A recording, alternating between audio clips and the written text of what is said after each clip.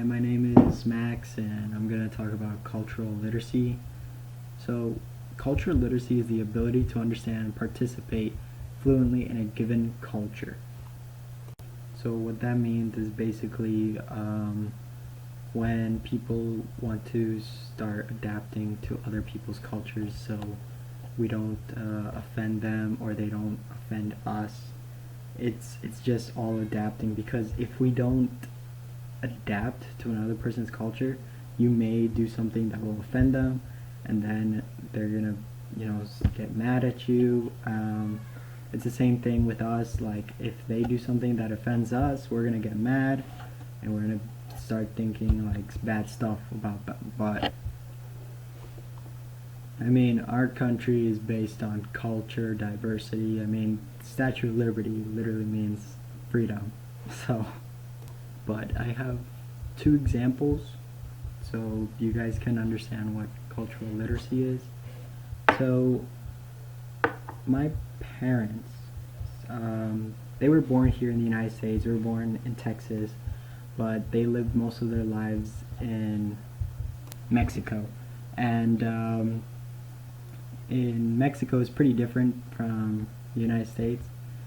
They decided, to come up to the United States and, get better education, get a better life, you could say. And what they had to do was adapt to the American culture. It's very different. Mexican culture and American culture, two different things, and they had to learn to adapt to the American culture, like their rules, the way people think. They had to keep an open mind, and of course they had to learn English, because most people in the United States speak English, and that's like the greatest way to get around through the United States, like English. So yeah, they had trouble trying to learn English, but right now they speak fluently. So that's one example of cultural literacy, that they had to adapt into a country. They were, you could say, immigrants, because they did live in Mexico for their whole life, and then they just moved to a different, whole other culture. So that would be a way to participate fluently in a given culture, because you need to participate in order to adapt to another culture. The other example is, you could say, the other side of what my parents went through. So it's like the United States taking them in. The people of the United States, they have to also keep an open mind. They cannot be closed-minded and say, "Oh, you Mexicans can't come in here. You guys are all illegals." Blah, blah, blah.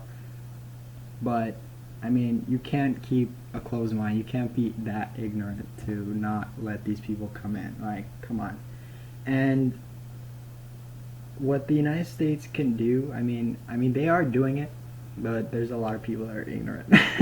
But the United States can understand where these people are coming from, so that they as well can participate with those people of a different culture, in order for them to be together and to completely be diverse than just separate two different cultures. Oh my God, one culture is like, oh, the other culture is like, oh, people are afraid of new things. But you have to keep, like I said, an open mind about these things, so everyone can be together and everything will be peaceful. And cultural literacy was made by a man named E.D. Hirsch, and he basically believed that we should have learned cultural literacy at a younger age, because at a young age we could like suck up anything. We're literally sponges. We suck up anything we learn. Here's a good example. Like, if you bring a kitten and a puppy together, you're not gonna see them like fighting. You're not. I've seen it myself. and they literally just are so curious about each other, and they start learning about each other, and when they grow up you don't see them attacking each other or bite. Well, they'll play with each other. They won't eat the other one.